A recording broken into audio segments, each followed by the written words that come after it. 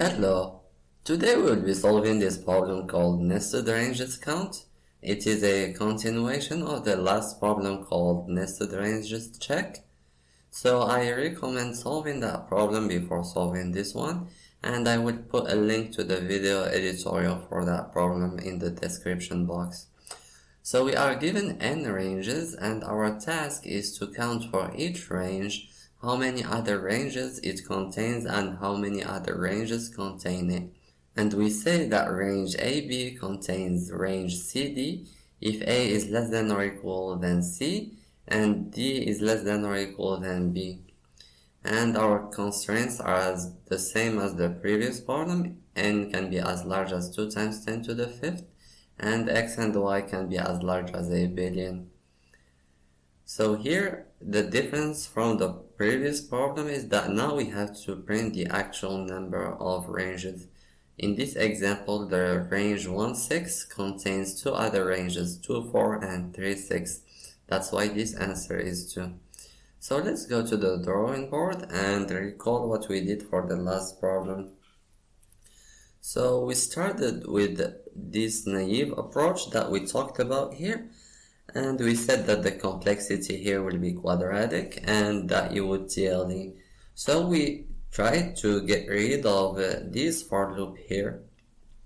So we did that by sorting our ranges by increasing order of left boundaries, and in case of ties, we prioritize the larger right boundary.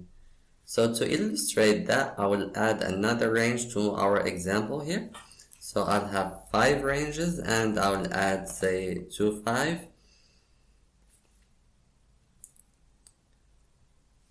And as we did in the previous problem, we started by sorting these intervals, and this will give me the following. So I'll have 1, 6 first. Then here we have a tie between 2, 4 and 2, 5. Their left boundaries are equal.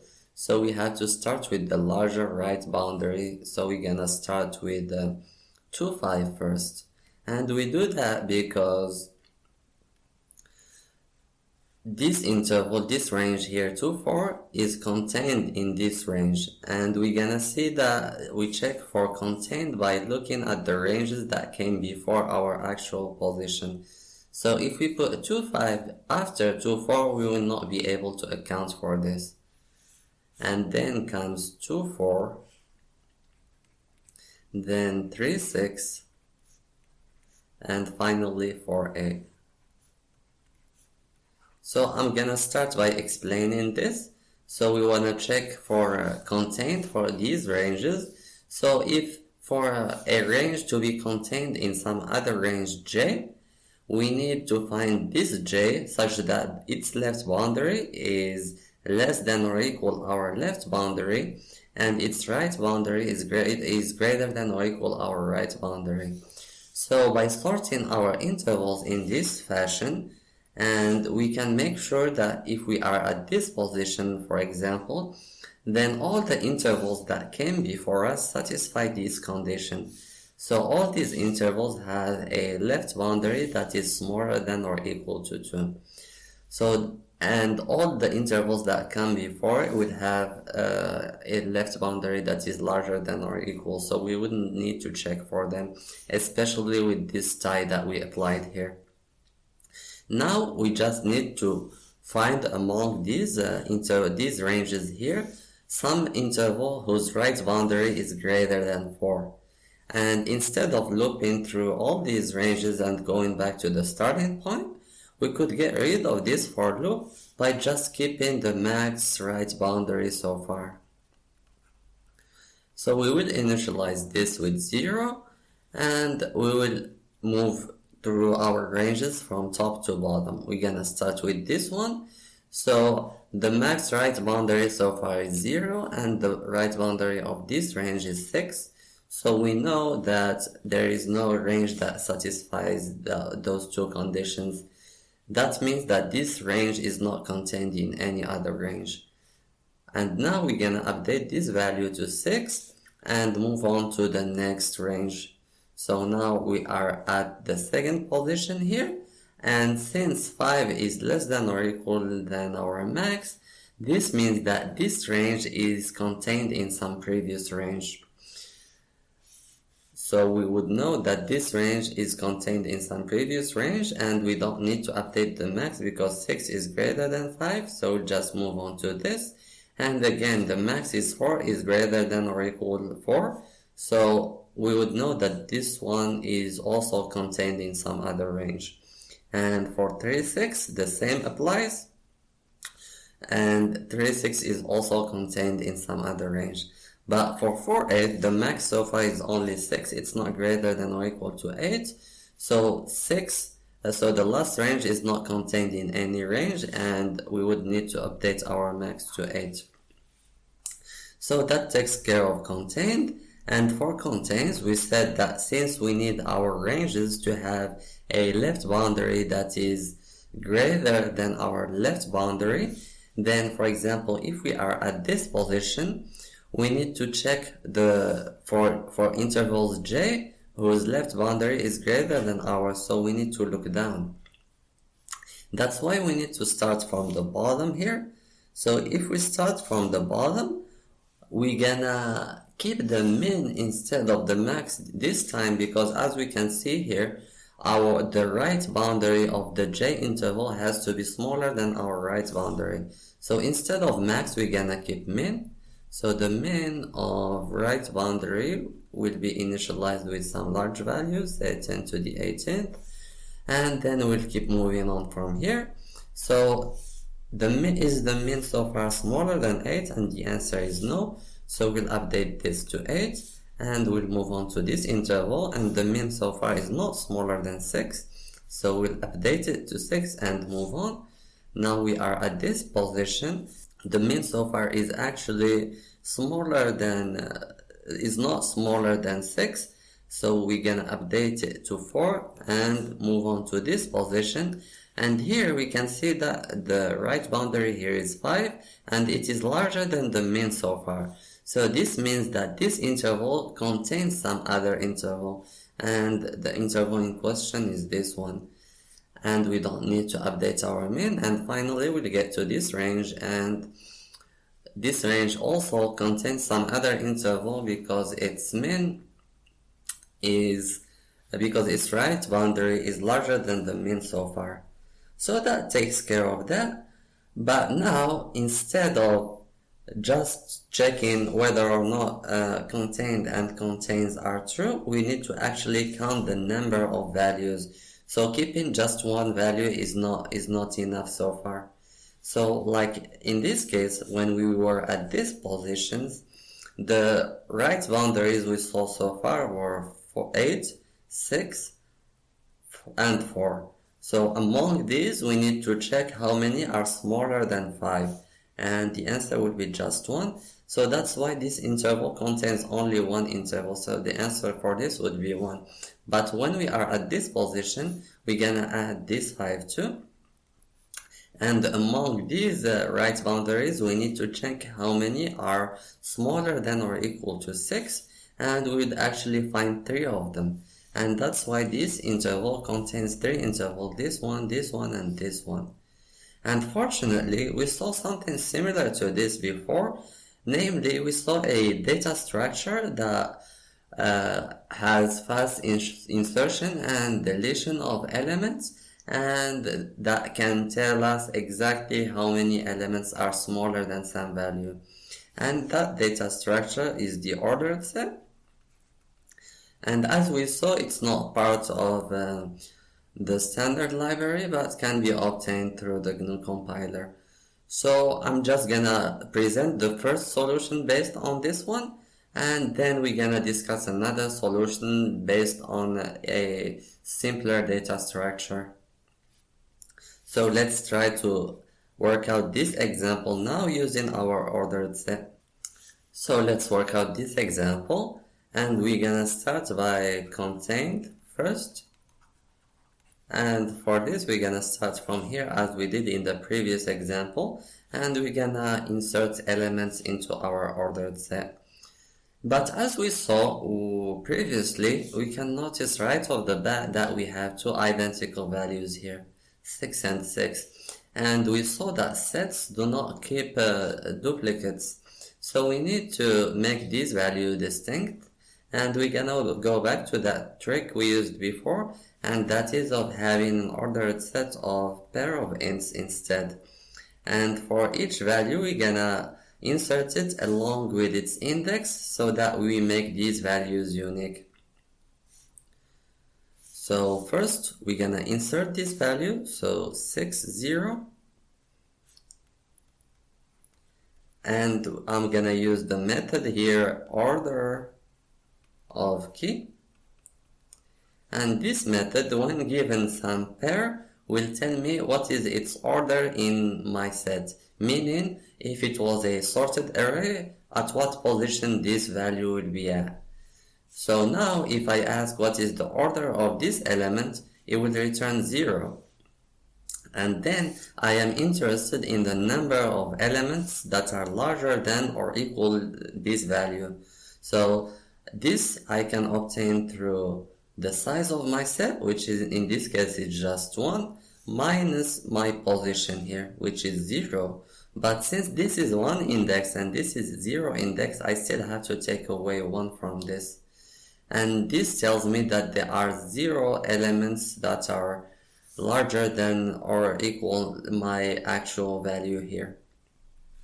So I will move on to my second position here. I will insert this right boundary into my set. So I'm gonna have 5, 1. And I'm gonna ask myself, the size of my set now has become 2. And I need to find the number of elements that are larger than or equal than this value. So the order of my key now is 0 still. So if I go 2 minus 0 minus 1, I would get 1, and this is the actual answer. So there is one range that is larger than my range. That's why the answer for 2, 5 would be 1, and this tells me that this range is contained in exactly one range. Now I'll move on to this position, and I'll insert this right boundary into my set. So I'm gonna insert 4, 2, and let me bring these values down a bit. And now we can see that the order of my key is still 0, but the size of my set is now 3. So 3 minus 0 minus 1 is 2, and this means that this range is contained in 2 other ranges, namely the 2 above it. So the answer for 2, 4 would be 2. And I will move on to this range now. But notice what's gonna happen now. So what do I need to insert into my set now? I need to insert 6, 3. So if I insert 6, 3 and ask for the order of my key here, it's gonna return 4, and the size of my set is 4. Actually, the order of the key is gonna return 3. So 4 minus 3 minus 1 will give me 0, meaning that this range does not belong to any other range. And this is wrong, and this happened because this got put before this element. But what I want instead is to have something like this. So for this to happen, the ranges that came after need to be put before the ranges that came first. And in order to do that, I will just insert their indices with a negative number instead. So instead of inserting 3 here, I'll insert -3, -1, and -2. So I'm gonna insert value with negative index. Great, now the order of my key is 2, and 4 minus 2 minus 1 is 1, so the answer for this is 1. And indeed, this range is contained in this range. And finally, I'm gonna insert 8 along with its index, which is -4. And now, if I check for the order of this key, it's gonna return 4, and the size of my set is 5, so 5 minus 4 minus 1 is 0, so this range is not containing any other range, so this would be 0. Great, now I'll go from the bottom up and I'll solve the contains instead. So now I'm solving the contains part. So now I'm gonna start from the bottom, and again I will keep inserting the value along with its index. So I'm gonna insert 8 with its index -4, so I'm gonna have this pair. And now instead of looking for values that are larger than my actual value, I'll just look for values that are smaller than my actual values. And I could obtain that directly by querying the order of the key. So the order of this key is just 0 because it's the only element in the array. So this would tell me that the answer for this will be 0, and indeed this range does not contain any other range. Now I will move on to this next range. I will insert the value 6, -3, and again I will ask for the order of the key, and it's gonna give me 0, and this tells me that there are no ranges smaller than my range. So the answer for 3, 6 will be 0 as well. Moving on to 2, 4. Now I'm gonna insert 4 with its index -2, and again the order of this key is just 0. So 2, 4 does not contain any other range. What about 2, 5 now? The value that I will insert now is 5, -1, and to keep things sorted, it's gonna get put at this position. So here is 5, -1. And if I ask for the order of this key, it's gonna return 1. So there is one value that is smaller than this, and that's why this range contains some other range, namely 2, 4. So the answer for this would be 1. And finally, I'm gonna insert this range, and its value will be 6, 0, and it will be put exactly at this position here. So here I'm gonna put 6, 0, and if I ask for the order of this key, it's gonna return 3, meaning that this range contains 3 other ranges, namely this one, and this one. So this would solve the problem. And now we're gonna discuss the other approach that we can use here, and it relies on another data structure that I prefer not to introduce now until we get to the range queries section, and that data structure is a segment tree. And all what you need to know about segment trees now is that they can answer the following query really fast. So you can ask for the sum. So we can ask for the sum of some range AB, and we'll get the answer in log n.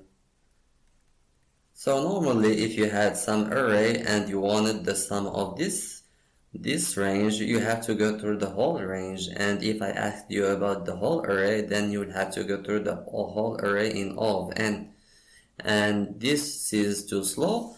So what the segment tree does is that it answers this query in log of n after building this segment tree in n log n. Great, but how can this help us solve the problem? So basically we will do the same thing we did here, but with a segment tree. So as we saw here, we were only interested in the right boundaries in these values. So the first thing we're gonna do, we will find a range that contains all these values. So in this case, we can just take the range from 4 to 8. So 4, 5, 6, 7, 8. And we will assign 0 to all these values to begin with. And let's redo the part that dealt with contained first. So at this position, I want to know the number of values that are greater than or equal than 6. So I can just ask my segment tree for the sum of these values, and it will tell me that the sum is just 0. That's why this answer was 0. Then I will update this value. Now the count of 6's, like I saw a right boundary that was equal to 6, so I need to update this to 1. And I'll move on to this second range, and for this I am interested by the number of ranges that are greater than or equal to 5. So I can just ask my segment 3 for the sum of this range. And the sum of this range is 1, that's why this answer is 1, and I will update this value to 1. And I will move on to the next range. Now I'm at this position and I am interested in the values larger than 4. So I can just ask my segment 3 for the sum of this range and it will return 2. That's why the answer is 2. And I will update this to 1. And when I come to this range, it's gonna ask for this sum, which is 1. That's why the answer is 1. And the last range will just ask for this sum, which is 0. So segment trees can tell us the sum of a range in log of n, and it can also update a range in log of n. So this would solve the problem, but it's not that easy because remember these values can be as large as 10 to the 9th. So maybe the values will range from 0 to or from 1 to 10 to the 9th. But we cannot build a segment tree on this whole range because the size of this range is 10 to the 9th and it would take us n log n to build this range, which will be too much in memory and in time. So instead we have two choices. The first one is to rely on coordinate compression, and this means that we will map these values we have that can be very large to smaller values. So we have n ranges, n being up to 2 times 10 to the 5th. And each range has two values, x and y. So the total number of values will be equal to 4 times 10 to the 5th. And these values are, as we said, from 1 to 10 to the 9. So what we can do is just take these values and sort them and then map them to this range. So the small, like in this case, we will sort these values, we'll get 4, 6, or rather 4, 5, 6, 8. So we're gonna sort them and we're gonna say that this is 0, this is 1, this is 2, this is 2, and this is 3. So notice here the jump was 2 and we reduced it to 1. So in that way, we're gonna compress all our values, and since we only have 4 times 10 to the 5th distinct values, we're gonna reduce our range to 4 times 10 to the 5th in the worst case, and then we will be able to build our segment tree. And if we don't want to do that, we can use something else called an implicit segment tree. And this allows us to build a segment tree on large ranges like this, and we're gonna get to all these in the range query section, but for now we're just gonna present this simple solution to this problem. So now let's check out the code. So this is our code, and as a reminder, these are the includes needed for the ordered set. I need to get them from the GNU compiler, and this is for using its namespace for policy-based data structures, and this is the definition of my ordered set. It is a tree, and precisely red-black tree, that takes this type and has only one entry, so it's not a map. That's why this entry is null. So I'm gonna start by defining a struct for my range to keep things organized, and as we saw with the previous problem, it's gonna have a left, right, and index values. And I will also define my comparator by overloading the less than operator. And as we saw, so if left boundaries are equal, I'm gonna sort by larger right boundary, and if that's not the case, I'm gonna sort by smaller left boundary. And now back to my main, I'm gonna declare n, the number of ranges, scan it, and then I'm gonna declare my vector of ranges. Then I'm gonna declare a vector of ints to count the numbers of contained and contains. Then I'm gonna declare my ordered set of pair of int as we saw, one for the value of the right boundary and the other one for the index, and I'm gonna call it right boundaries. Then I'm gonna look through my values And for each one, I'm gonna scan the left boundary or the right boundary, and I'm gonna assign the index to I so I can know which index to update here in these two arrays, since I'm gonna lose the order after sorting my ranges. Then I would look through all the ranges as we saw here in the beginning from top to bottom, and each time I'm gonna insert values into my ordered set. So I'm gonna insert the value, range the right boundary with the index times -1 to avoid that issue we saw. And then the number of contained ranges will be just the number of right boundaries larger than my right boundary, and that would be equal to the size of our set minus the order of my key -1, because as we said, this is 0 indexed while this is 1 indexed. And now I'm gonna clear my set so I can apply my second pass, but this time from bottom to top.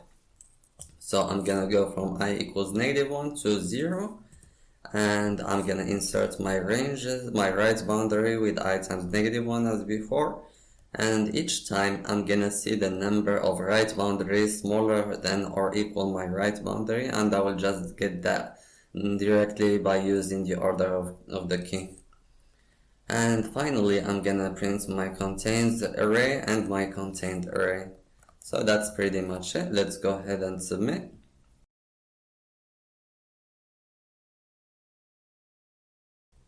So that worked. Thank you very much for watching. See you in the next video. Bye bye.